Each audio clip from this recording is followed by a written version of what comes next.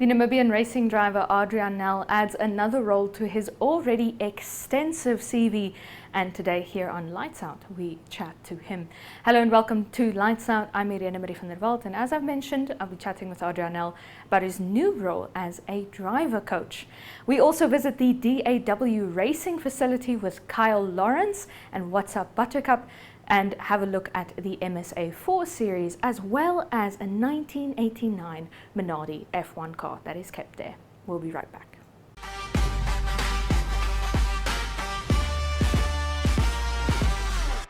Elke sportnaweek het baie aksie en baie wat gebeur en baie om oor te gesels. So skakel in by op die telbord. Dit is Maandag 1uur. DStv kanaal 285, ook op GoTV kanaal 25. Ek gesels lekker saam met Mike Potgieter en ons gaan hoor wat die naweek gebeur het, kyk wat die naweek gebeur het, ons kyk wat op die telbord gebeur het, ook op die veld, en dan gesels ons met die afrigters en met die spelers. Ons hoor van al die aksie en waarom het gebeur het en hoe dit die volgende naweek dalk anders kan wees. So skakel in, is 'n lekker gesels. Myself, Adriaan Nel en Mike Potgieter, dis op die telbord.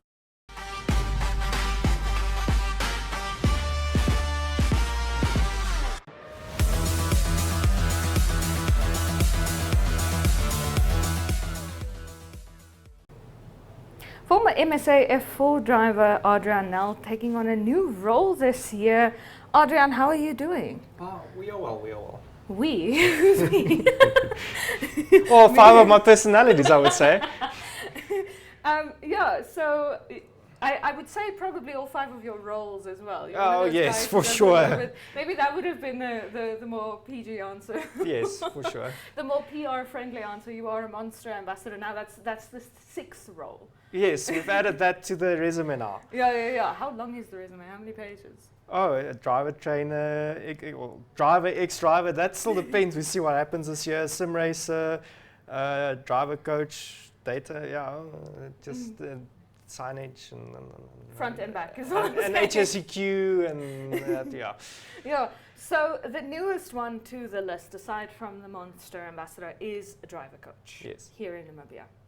How are you feeling about it? So we did it in 2024. I had my academy and such. We ran about a few kids. We did very well with it. And then last year, I didn't take up the role completely. We did a few drivers, but I had my own driving to focus on. Mm-hmm. So this year, with the stuff being a bit slow and sponsors not coming through as suspected. Aside from Monster? Yeah. We'll get back to that. I took it back up. So this weekend, we're running Cecil Jr. and getting him ready for Champions of the Future in the UK series next weekend, and a few other kids. And then we'll grow it throughout the year. We've got a lot of new clients interested, getting them into the sport. The entries are quite well for the weekend, 27 entries. Mm-hmm. So the sport's getting back to where it was about 3-4 years ago. Mm-hmm. So and I'm just trying to get my knowledge I've learned and put it back into the kids and get them ready for international scene, Yeah. So obviously, there's not a lot of driver coaches in Namibia. I would believe that you are, I think, the only one. There's another one, KSN, Cotstal. Oh, yes, of course. So they also have their thing going on, but I'm like the only coach that really does data analysis, setup work, I want to say race strategy, all the work from the get-go. So, and then of course the sim stuff as well, I do that. Yeah, but what I want to say is you're clearly one of two driver coaches now. And it's not very common. I don't think Namibia is really big enough and competitive enough for everybody on the grid to have a driver coach. There's a lot of interest that I have, but like I say, we're developing. I'm focusing more on one kid per class almost, and then we see it from there, because I don't want to have everyone and then people get upset. So I'm focusing on one driver, getting him a good rounded driver, as from the driving aspect, fitness, PR stuff, all that. We need to focus on that. So and what do you think makes, aside from fitness and PR stuff, what makes a well-rounded driver? Just a driver that is willing to learn. That's something big that I've noticed. Like, you can have all the skill in the world, and it's something that me and Kyle also discussed about a few weeks ago when I was with him in Benoni, is you can have a very, very talented driver, but he's not willing to craft, not to work, and then it doesn't help. You can try to teach him and he doesn't listen to you, and then it just doesn't work. So if you've got a driver that's willing to practice and willing to just listen and willing to try, he's going to be 5 steps ahead of the oak that has a talent, but he's not practicing, he's not putting in the time and effort. So and we've seen it no, I've seen it a few drivers. Yeah. So for you as a driver coach, we had Daniel Shangarero on Lights Out last week and speaking about improved quality in our competitions in Namibia. Karting was also mentioned there, and then also more people going overseas. For you as a driver coach, what is that next step for a driver? You know, once you feel he's competitive in Namibia, where do we go from there? So from like Sissel roughly did it like the correct way the last few years. So he went to South Africa, did a few nationals there, which I also did. Get you up to their level, because South Africa is a very good high level of motorsport. The standard's very good. And then of course now like he's doing going to Champions of the Future, and he's went to the Rock Worlds as well. Because it doesn't help you done a year of karting here and you just go to the Worlds, you're just going to be blown out of the water. It's a totally different mindset, it's a different driving style and such. So he's doing it the correct way. He's developing himself as a driver. He's looking at the long run here. Because I know they're also looking at maybe in 2 or 3 years' time, maybe going to MSA F4 or Polo Cup or something. So, you know, they're developing to that. They've got a goal they're working towards. Because most of the other drivers here, it's something that me and Guido also discussed. He also races MSA F4, and Namibian of ours. He also did karting on the world stage and such. Is that our drivers don't have the planning. They're just doing it as a hobby, which is fine and such. But I mean, if you really want to do it and pursue your dream, which most of these drivers have, like, oh, I want to race GT3 or F1 or whatever, but they don't have a goal or a roadmap to go to that. They're just driving. They don't have that. And I think Sissel and them have that currently. And I'm trying to develop that and getting my knowledge and my connections up so we can do that. Say okay, you're doing well, let's go to South Africa. Okay, you did well in the Africa Open. Okay, let's do the Worlds. Get knowledge, get going with that. Yeah. And that's one thing I also want to discuss with you is, again, Daniel Shangarero was here last week saying these people are going internationally. You're discussing this roadmap, point 1, 2, 3, 4, 5, and this is how we get you overseas or into, you know, more competitive, higher ranks of racing. Do you feel that we have, I think, made progress in getting that world map in the past couple of years? I've definitely think since I was the first driver, like about 12 years ago, that actually went to South Africa as a karting driver. The motocross guys have done it previously, but I was like the first karting oak that went to nationals, did nationals, got a factory drive in South Africa, and did that development. Funds unfortunately dried up. I mean, I got the offer to race in Malaysia F4 many years ago. Again, budget didn't allow us to do that. So we got, it's progressing. The Oaks are trying to get the kids to a high level, or drivers in general. But our biggest issue becomes back to the financing part of it. We don't have the backing always as drivers. Like, we got the skills.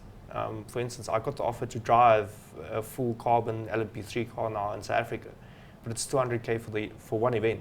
And I don't have the backing on my side to do that. I got the intro, I got many seats offered to me, but I don't have the backing from it. Because we don't have the corporate people aren't seeing the bigger picture always with it. They're always sponsoring other events and such. So if we can get corporate people involved to back our drivers, I know Sissel has momentum on his side, which helps a lot. But I mean, the vehicle like Pukovitz group and such, I know they say, oh, they would then get exposure and such, but it's they're sponsoring other athletes to go international, so why can't they be part of the motorsport world in that sense as well? Yeah.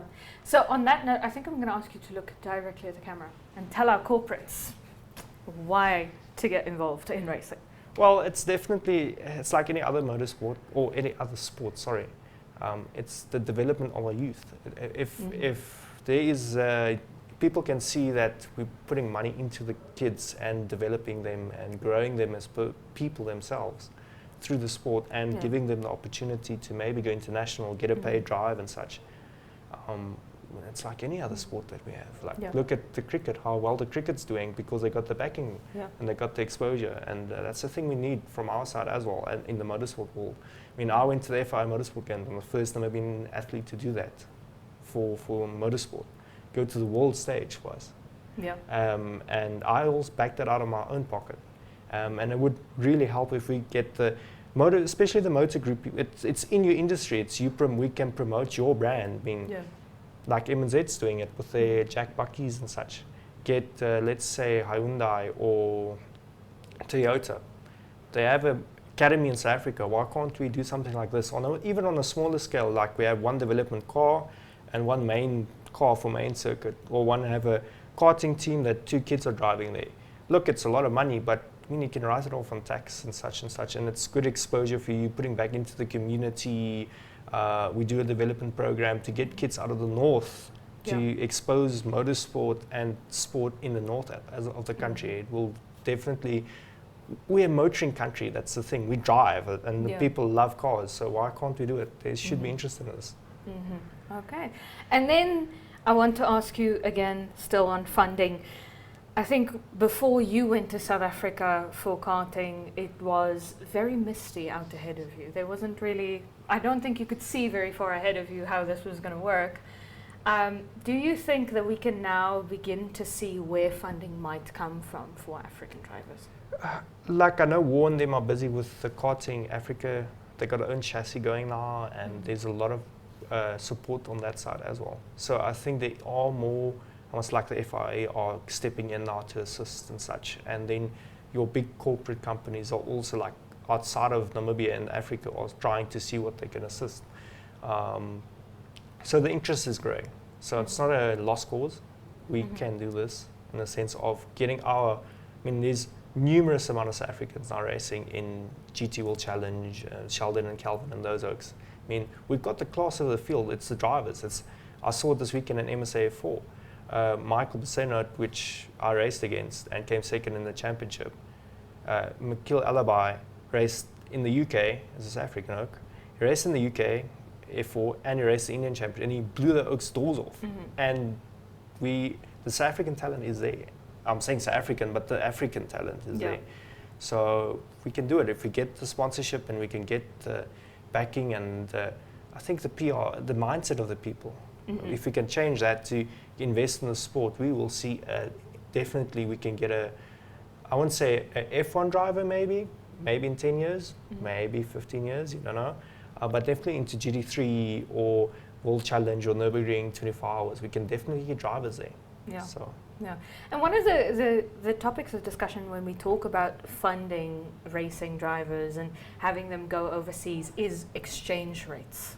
You know, and that African countries and multinational African countries maybe aren't as financially strong to be able to fund somebody in euros. Do you think that to be the case? That is, like, racing in Europe is massively expensive. Like just the F4 seat in the UK is about 18 million rand for the season. That's excluding damages to the car and such. A Porsche Cup is the same budget. I mean, we're talking about millions, like €1 million. So that's 20 million rand, or Namibian dollar, if I must say that. So it is difficult for that amount of money to come out of Africa. I know there's money in Africa, that's not what I'm saying, but to justify that for going to Europe and such. But I think if we got the right vision and the right PR and the right, with social media, it's a world market. If you promote yourself well and you develop yourself as a driver and you can promote the brands you're working with, I don't see why we can't do it. Why we can't get Pukovitz Group or such and say, look, we've got a Namibian abroad, this is what he's doing, look, it's interest, and I want to say be famous and abuse that what you have. So that's what people are interested in. You know yourself. If you got a Landon Norris coming to you, the whole world like speed. I am speed. If you get the same audience, it doesn't matter where you are. There will always be people trying to be close to you or part of the brands that are that you're part of. So. And what areas do you think our drivers might still be lacking in, specifically looking now at karting, the younger guys? What are they lacking in it when it comes to the world stage? I think pace-wise, we're not too far off. We're about, on average, what I saw with Kiat going to the Worlds in the Rotax Worlds, we're about a half a second to a second off, which it's quite a lot in karting terms, but still we are there, we can go into the finals. What we're lacking in is racecraft. Passing, how to maneuver, where to position the kart, just that raw, because we don't have the numbers in field-wise. So we don't have where, if you don't do a pass correctly, we're going to lose 5 positions. That we don't have that. You maybe lose 1 position and then you fight back for it. So that's the biggest problem we have, the racecraft aspect of it. you can be fast, that's one thing. You can be fast in qualifying, but if you can't put it together in the race and think with your head, to think 2 laps ahead, or like, okay, I know I'm fast in this corner, this oak, I can pass him here, then let me wait to make a mistake, and then I do the move. We don't have that. That's a racecraft we're lacking in the country. And last question before I let you go. Outside factors, we talk a lot about marketability of a driver. There's kind of a truth universally accepted these days in motor racing that a driver must come with their audience intact. You know, they must have a following. They must be shiny enough to be marketable. Do you think our drivers are on the back foot when it comes to that? I think so. Like, I'm not gonna, like myself. I mean, I'm trying to develop that for myself, because 10 years ago, that's not something that we focused on as a driver. I mean, social media wasn't that big, and you see it now with the younger kids and such. That it's getting there, it's getting better, but you need to, like you said, be marketable for the corporate people and such, but still have your own personality that makes it even better. So I think we're lacking a bit there, but we'll get there. We just need the knowledge and, how must I say, experience from that. Okay. Thank you so much for joining us, Adriaan. No, I hope the next time you are on Lights Out, you'll tell us that we've got funding for someone, that a Popkowitz group or somebody has signed on. Something would be very nice to do something like that, because we've got a lot of offers for the year. Like MSA, before we had a seat that was available. For the endurance racing series, we had the seats available.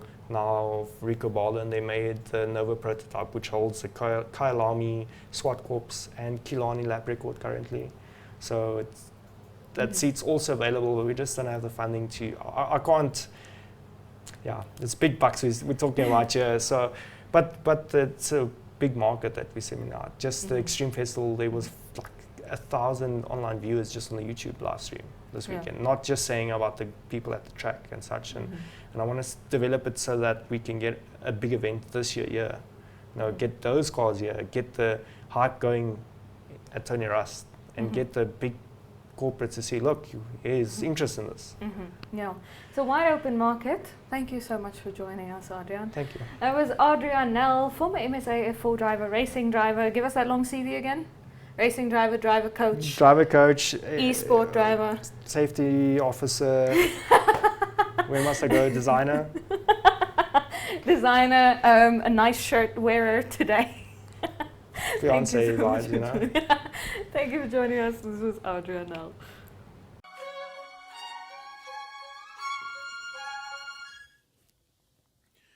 From the heart of the continent to its farthest horizons, Africa awakens with stories that shape our world. This is Africa Good Morning, your window into the pulse of a dynamic continent. I'm Ashwin Berry, here to deliver the latest news, sharp insights, and the vibrant spirit of Africa. Every weekday, we dive into the headlines, uncover untold stories, and spotlight the people driving change. Plus, stay ahead with daily weather forecasts and economic updates to navigate your week with confidence. With direct coverage from our correspondents on the ground, we bring you in-depth access to Africa's beating heart. Mondays, Mike Situla reports from Zambia. Africa, good morning. Tuesdays, Talent Gore covers Zimbabwe. Wednesdays, Rorisang Mokojwe brings Botswana's news. Dumela, Rorisang. Thank you very much, Ashwin, for having me right here on Africa Good Morning. It is always a pleasure to be here with you all. Thursdays, Ari Hogarth tackles South Africa. Yes, very good morning, Ashwin and Aina. Yes, a good atmosphere. And Fridays, we focus on Namibia's bold narratives. From thriving cities to rugged plains, our team is there, capturing the rhythm of a continent on the rise. Africa Good Morning is your essential start. News, weather, economics, and more.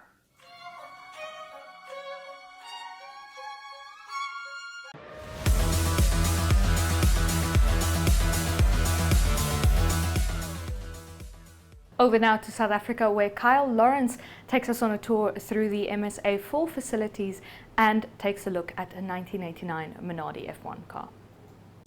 What's up, Buttercups? Well, I'm Kyle Lawrence, and the question has been asked to me, why don't we have Africans in Formula One?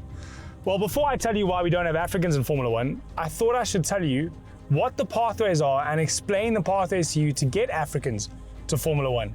And there's no better place to do that than here at D.A.W Racing, based in Kempton Park.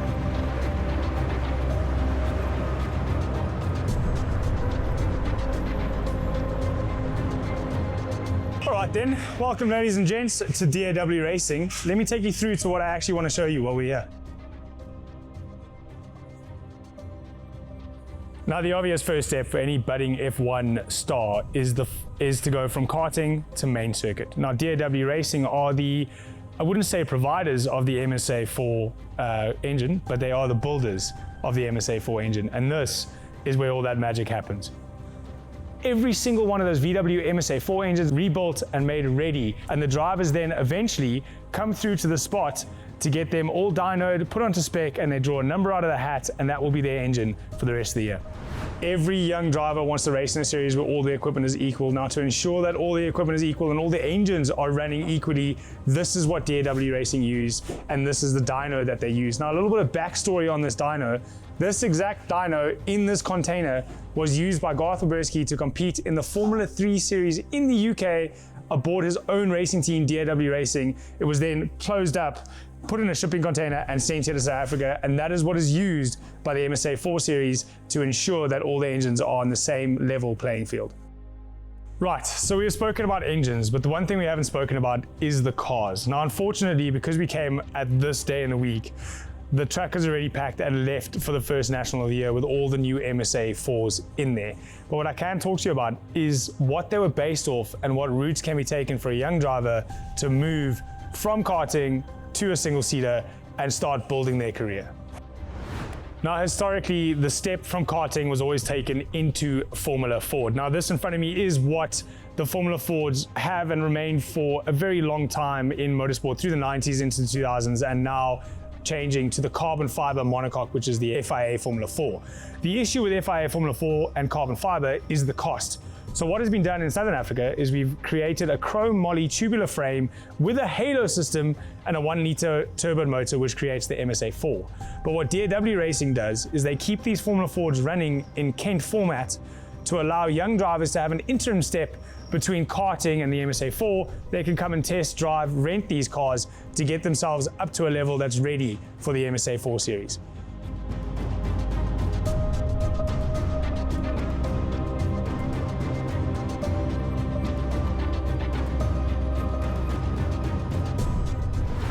Now, MSA4, as we know it in 2026, wouldn't exist without the push and the funding from one individual, and that man being Ian Schofield. He took it upon himself to get the project across the line, and he is the reason we have 15 cars going down to the first national of the year. But D.A.W has been involved in motorsport in South Africa for 52 years, and the concept of a wings and six class to help young talent cut their teeth is not a new one.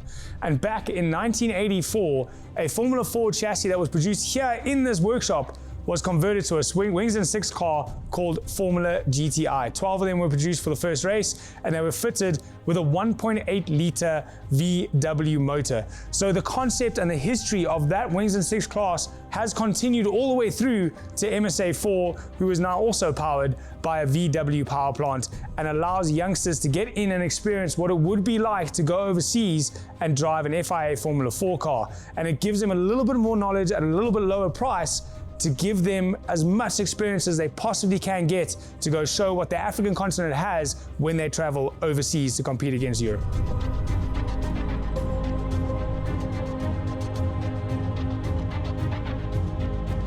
Right, ladies and gents, I've spoken about MSA4 and your first entry into single-seaters, with the end goal being Formula 1. Unfortunately, I couldn't show you any MSA4 cars. They have left for their first national of the year down in Cape Town.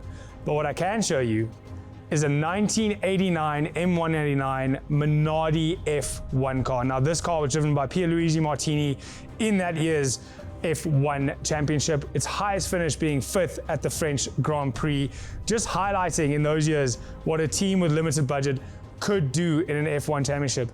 Now, this is from 1989, and already the technology in this car is absolutely insane. Carbon fiber monocoque construction, all sorts of bits and pieces in terms of aero, computer boxes, and of course, the famous Cosworth V8 that these cars used in that era. Well, to conclude our video, I thought it fitting to end it here where D.A.W Racing also produce, and Universal Products also produce their Porsche replica based on a Beetle frame, but with a fiberglass Porsche body. And I really hope that you guys learned a lot about the history in motorsport, South African motorsports particularly, and African motorsport, what D.A.W Racing and Investchem have done for youngsters throughout their history in South African motorsports, and what they continue to do to help youngsters make that step from karting into single-seaters and hopefully to the end goal of Formula One. So I hope you guys have enjoyed listening, watching, and learning from myself, Carl Lawrence. That'll be all.